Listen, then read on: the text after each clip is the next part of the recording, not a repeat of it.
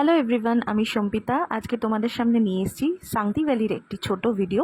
কেমন লাগলো তোমরা কিন্তু লাইক কমেন্ট করে আমাকে অবশ্যই জানিও। দেখো কত সুন্দর জায়গা।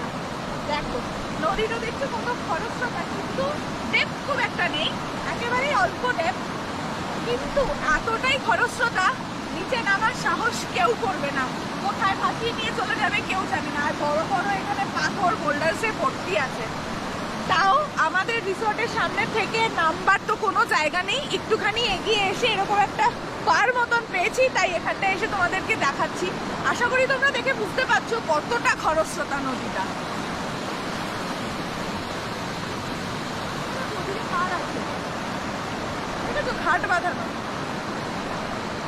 এখানে আশেপাশে প্রচুর রিসর্ট আছে, দেখতেই পাচ্ছ ছোট ছোট ছোট ছোট কটেজের মতন করে এরা বানিয়েছে।